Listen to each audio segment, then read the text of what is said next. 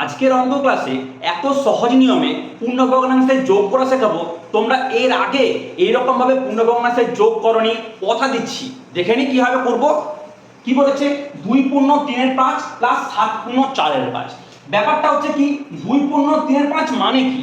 2 পূর্ণ 3 এর 5 মানে হচ্ছে 2 প্লাস 3 এর 5।